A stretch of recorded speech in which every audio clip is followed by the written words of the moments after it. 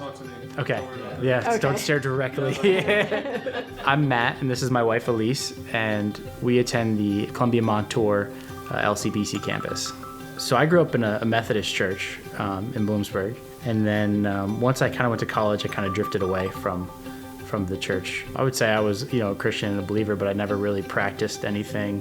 My story is just really different because I wasn't raised in a Christian household, so I would have considered myself like an atheist probably until, I don't know, it's kind of personal, but probably until after we were even married. God worked in different ways in my life to kind of, nudge me to questioning things or maybe experiencing a different person or somebody that kind of made me think, oh, wait a minute. Like, if somebody ever told me that I would be like a Christian and be like talking about this, I would have thought they were crazy. So it's just, anyway, so that's why I'm sharing. But yeah, I remember Matt's mom asking me when we first started dating, because I think we started dating like right before Christmas. Mm-hmm. And then your mom was like, oh, like you guys do it Christmas Eve? And I was like, no.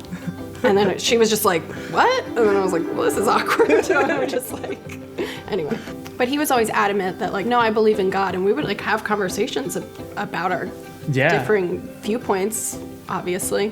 And I think I've told you this before, Ben Atherton, after our wedding ceremony said, oh, isn't God is so good? And I didn't know he was a believer, one of our college friends. And he said, God is so good. And I was just like, I just never been around people like even speaking like that. So I was just like, oh. And then I was like, yeah, he is. And then I was like, why did I say that?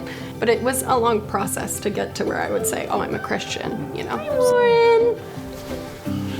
This is our son, Warren. He's 16 months old, and he really likes apples.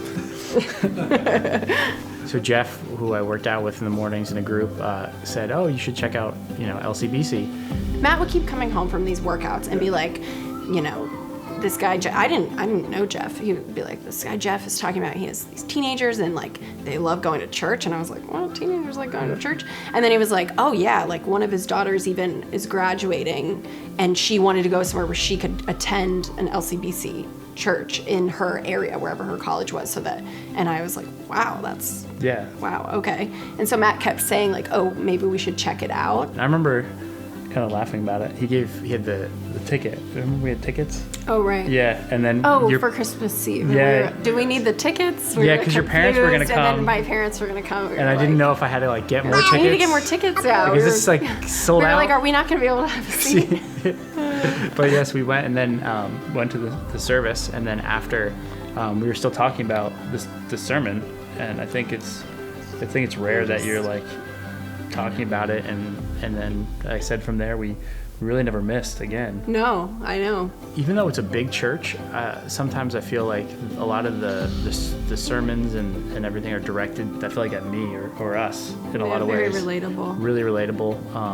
And it kind of leads you to change things outside of church, just not on Sunday going and then it's over, you did your time.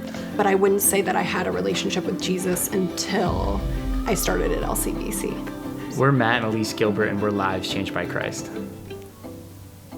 That was good.